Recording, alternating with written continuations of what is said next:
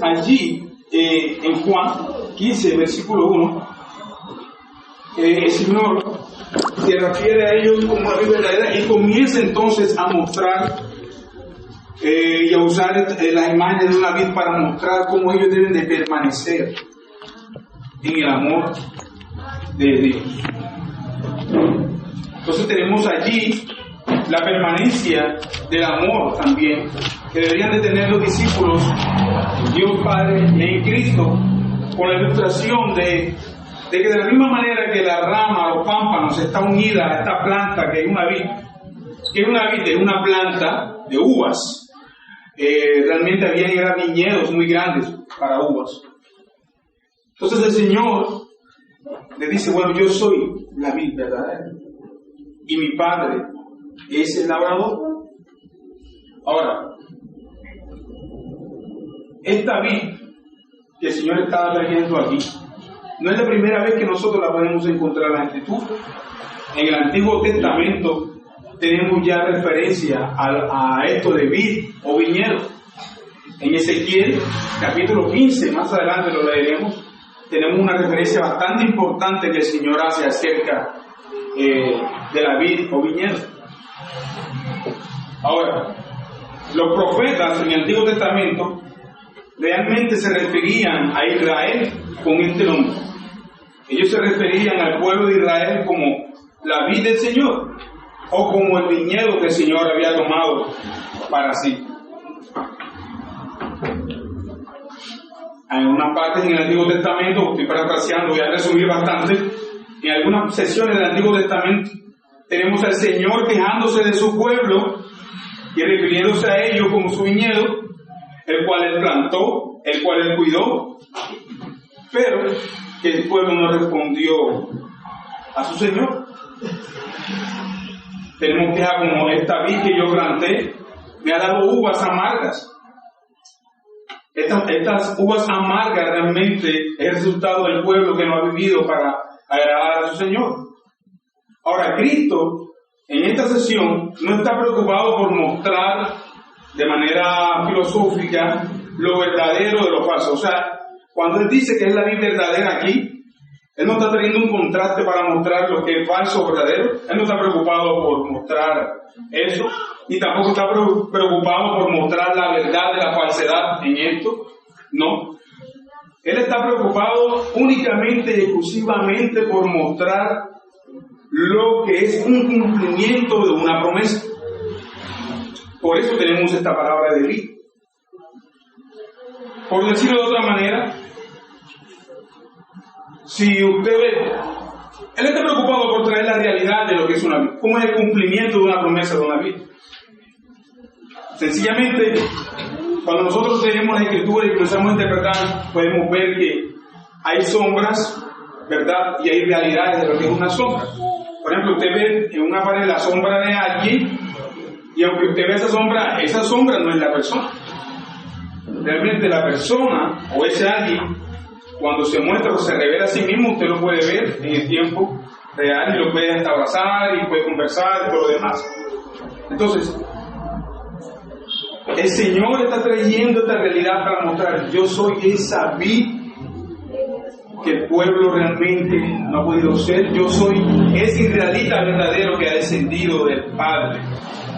La idea es que el Israel del Antiguo Testamento era una sombra de Cristo, que ese Israel del Antiguo Testamento que nosotros vemos llamada vid o viñedo era una sombra del Señor, y Él se presenta aquí como esa vid verdadera o esa vid definitiva, el cumplimiento de la vid del Antiguo Testamento.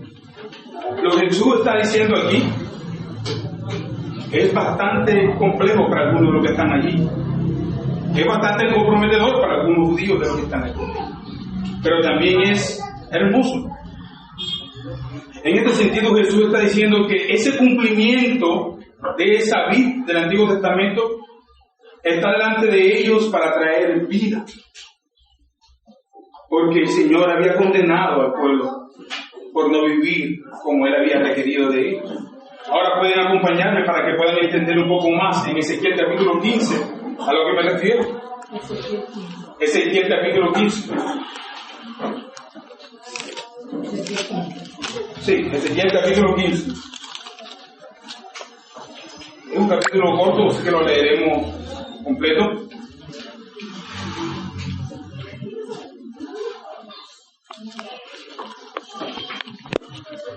Vino palabra de Jehová diciendo: Hijo de hombre, ¿qué es la madera de la vid más que cualquier otra madera? ¿Qué es el sarmiento entre los árboles del bosque? ¿Tomarán de ella madera para hacer alguna obra? ¿Tomarán de ella escada para colgar en ella alguna cosa? He aquí que es puesta en el fuego por ser consumida. Sus dos extremos consumió el fuego y la parte de medio se quemó. ¿Servirá para obra alguna? He aquí que cuando estaba entera no servía para obra alguna, cuanto menos después de que el fuego lo hubiese consumido y que fuere quemada. ¿Servirá más para obra alguna? Por tanto, así ha dicho Jehová el Señor: como la madera de la vid entre los árboles del bosque, la cual di al fuego para que la consumiese, así haré con los moradores de Jerusalén, y pondré mi rostro contra ellos, aunque del fuego se escapara, fuego les consumirá. Y sabréis que yo soy Jehová cuando pusiere mi rostro contra ellos. Y convertiré la tierra en asolamiento por cuando cometieron prevaricación con Jehová el Señor. Entonces aquí estamos viendo cómo el Señor se está refiriendo al pueblo, que quemaría sus viñedos. Realmente hay condenación en esta profecía. Así que cuando Cristo dice que Él es la vid verdadera, lo que está diciendo es que el verdadero israelita es Él, y que la verdadera vida es Él, y que puede continuar si solo los creyentes tienen fe en Él. Él ha venido a ser realmente el que va a mediar la muerte por los creyentes. Y es interesante, Jerusalén, como acabo de leer, está a punto de ser asolada. Y lo interesante es que el pueblo de Israel está literalmente condenado. Pero, ¿será que el pueblo puede morir o tiene esperanza? El verdadero israelita, el verdadero Israel, va a continuar, como les he dicho, solamente si pone su fe en Cristo. Y esa es la idea central de Jesús aquí. Esa es la idea. No es más nada que mirar que Él es el centro de esta realidad.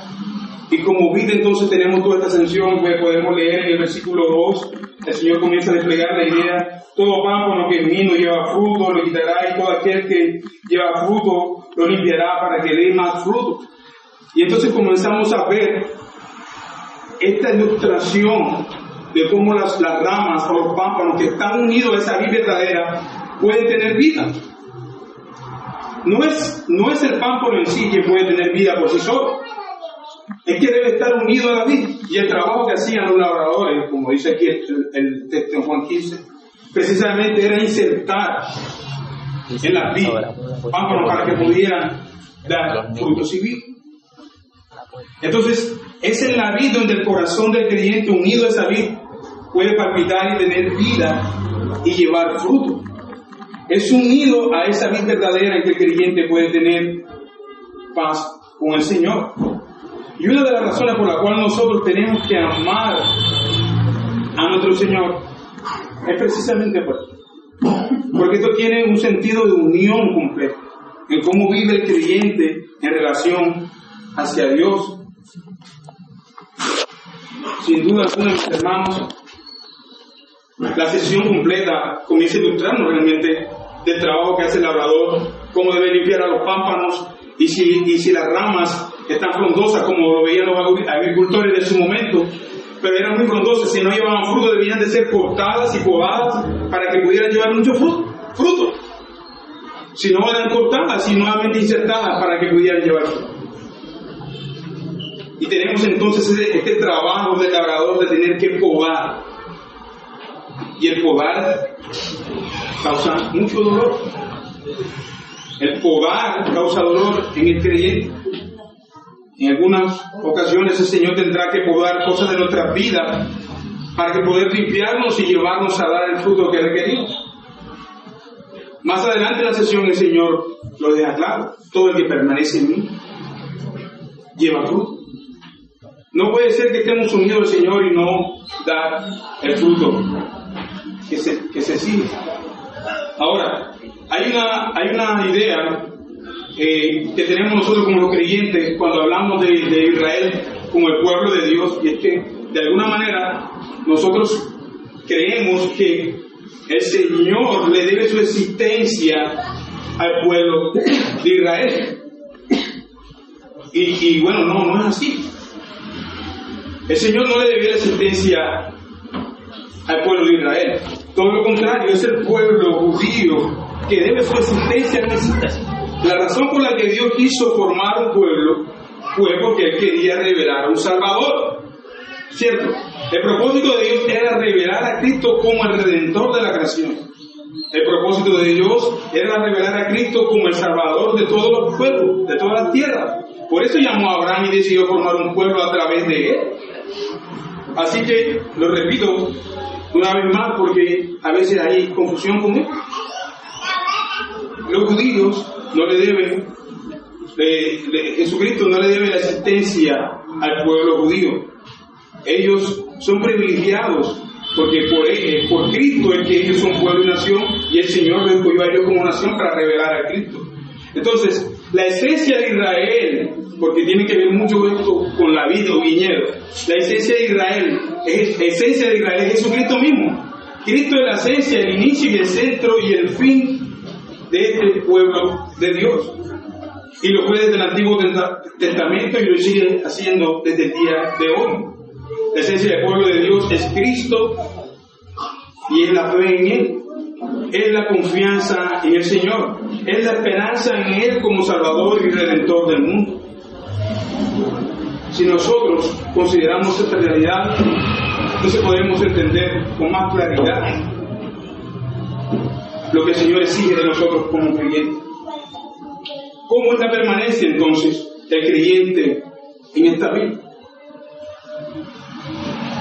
El Padre la une los pámpanos, las ramas a esta vida. Y mientras estos pámpanos están unidos a la vid, son limpiados, son depurados para que lleven fruto. Y el versículo 13 el Señor dice: ya vosotros, refiriéndose a los discípulos, dice: ya vosotros estáis limpios por la palabra que os he hablado. Permaneced en mí y yo en vosotros. Como el pámpano, es decir, la rama, no puede llevar fruto por sí mismo si no permanece en mí, así tampoco vosotros si no permanecéis en mí. Entonces, esta verdadera vid llevará muchos frutos porque es el Señor vid, uniendo a los creyentes a Él. Esta vid no dará uvas amargas, no, porque este es el mismo Dios uniendo a los creyentes a vivir con Él. Ahora, mis hermanos, más adelante en nuestra sesión tenemos, por ejemplo, en el versículo 8, tenemos esta idea maravillosa que el Señor trae. Dice: en esto es glorificado mi Padre, el que llevéis fruto y seáis así mis discípulos. Entonces, unidos solamente a esta vida verdadera, queridos hermanos, un creyente puede llevar fruto. No puede un pámpano llevar fruto por sí mismo, ni se une a sí mismo a una vid, como algunos creyentes piensan que pueden, separados de Dios. Esto lo dice claramente: vivir una vida fructífera. Él ha dicho: separados de mí, nada podéis hacer. Hay que estar unido a esta vid para tener vida primeramente, para tener vida y vida eterna. Hay que estar unido a esta vid para que pueda tener frutos que agraden a nuestro Señor. Ahora, decía hace un momento que de alguna manera podemos ver una vid, como dice el texto, con muchas ramas, hojas y frondosas, pero sin fruto. Eso no tiene ningún agrado para el Señor. Él las cortará. No hay nada malo en una rama llena de hojas frondosas y lindas. Pero si se espera fruto de ellas, vas a tener que limpiarlas y podarlas. Si esperan, como dice el texto, grandes uvas y jugosas, es posible y es necesario cortar de esas ramas frondosas. Incluso podría ser necesario recortar algunos de los racimos de uva más pequeños para que los que queden allí puedan crecer y sean más sanos. Entonces, habrá momentos, querido hermano, en que Dios vendrá con sus tijeras de podar y nos quitará algo que de otro modo sería imposible retirar por nosotros mismos de nuestras vidas. Y Él vendrá con sus tijeras y comenzará a podarnos para limpiarnos de alguna manera y llevar fruto. Ahora, sus tijeras para podar son tiernas. ¿Hay dolor? Sí. ¿Hay dolor en medio de ser podado? Claro que sí. Podrían ser amistades que no nos están llevando a un fin. Podrían ser hábitos mismos de nosotros que no nos están llevando a tener una vida fructífera. El Señor vendrá y se encargará porque Él es el labrador. Y el Padre como labrador vendrá y comenzará a limpiarte para que puedas llevar los frutos requeridos, querido hermano. Ten cuidado entonces, mi querido hermano, de los jugueticos tuyos, o de esa ocupación favorita, o de ese pasatiempo, deporte, incluso de esos amigos que se interponen en tu servicio a Dios. Úsalos como medio para recrearte en los momentos que son requeridos. Úsalos como refrigerio cuando estés mal y necesites sacar un poco de ti y compartir con ellos. Puedes divertirte con tus amigos de manera sana, claro que sí. Úsalo por los medios que son requeridos y por los medios que podrían ser dirigidos por Dios. Pero si se interpone en tu servicio a Dios, Dios se encargará de podar. Causará dolor. En el versículo 3, como decía hace un momento, hay un juego de palabras, ¿verdad? Y él dice, ya habéis sido limpiados por la palabra que os he hablado, ¿verdad? Y este poder de la palabra tiene un poder para podar y para limpiar. Es como si estuviera diciendo que sus palabras ya han limpiado parte del crecimiento infructuoso, ¿verdad? Pero que también tiene el poder para limpiar a futuro y para que los creyentes puedan permanecer guardando sus mandamientos. Ellos necesitan escuchar su palabra y permanecer en sus palabras, guardar sus mandamientos. Todos nosotros somos llamados entonces a permanecer en Él, permanecer en su amor, guardando su palabra. Ahora, ¿cómo los discípulos fueron limpiados? Por la palabra. ¿Cómo un creyente limpiado? Por la palabra. A la manera que somos expuestos a ella. De la misma manera que la vida está expuesta al labrador y viene y tiene acceso a ella para limpiarla y podarla, el creyente tiene acceso a la palabra de Dios y es por medio de la palabra de Dios y su Espíritu que el Señor nos limpia, nos purifica y nos lleva a sus propósitos eternos. Nuevamente, si vamos a dar fruto, ¿cómo se producirá entonces ese fruto? Ese fruto se obtiene por medio de la vida, no por medio de otra cosa. Ese fruto se obtiene por medio de esta vida, no de las ramas. En otras palabras, es Dios quien traerá el fruto. Pero aún así, si tenemos nuestro papel, tenemos un papel de desempeñar, que está muy claro en los versículos 7 y 8, que dice más o menos, voy a leer para ustedes. Si permanecéis en mí, mis palabras permanecen en vosotros, pedid todo lo que queráis y se habrá hecho. Si permanecéis en mí, mis palabras permanecen en vosotros. El fruto del creyente es vivir para la gloria de Dios. Es que vivamos para su gloria y le sirvamos. y que tengamos el fin de poder ser llamados sus discípulos.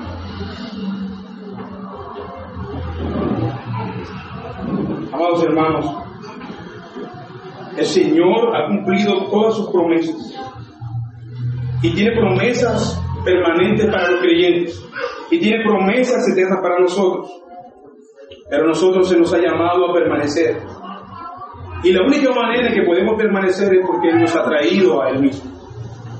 No permanecemos por nuestras habilidades y nuestras fuerzas, es porque estamos unidos a Él, y es en medio de esa unión con Cristo que el creyente tiene vida.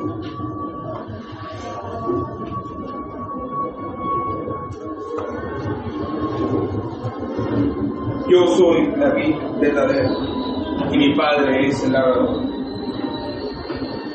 Versículo 5: yo soy la vid, vosotros los pámpanos, y que permanece en mí y yo en él, llevará mucho fruto.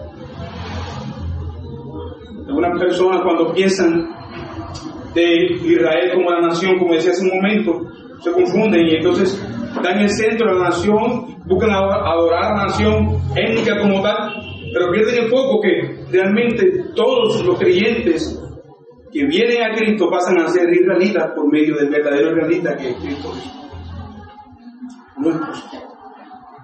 ¿Has puesto tu fe en Él? ¿Has creído en Él? Eres un israelita. Nuestro Señor nos llama a la permanencia en Él.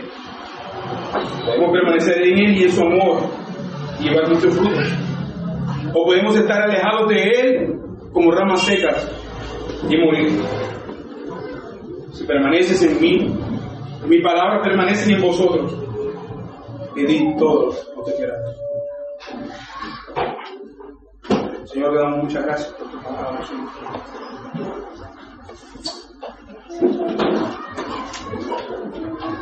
En medio de las debilidades, Señor, tú has prometido vida, Señor. Tú eres la vida verdadera, Señor. Muchas gracias por tu palabra y que tu Espíritu nos ayude, Padre. En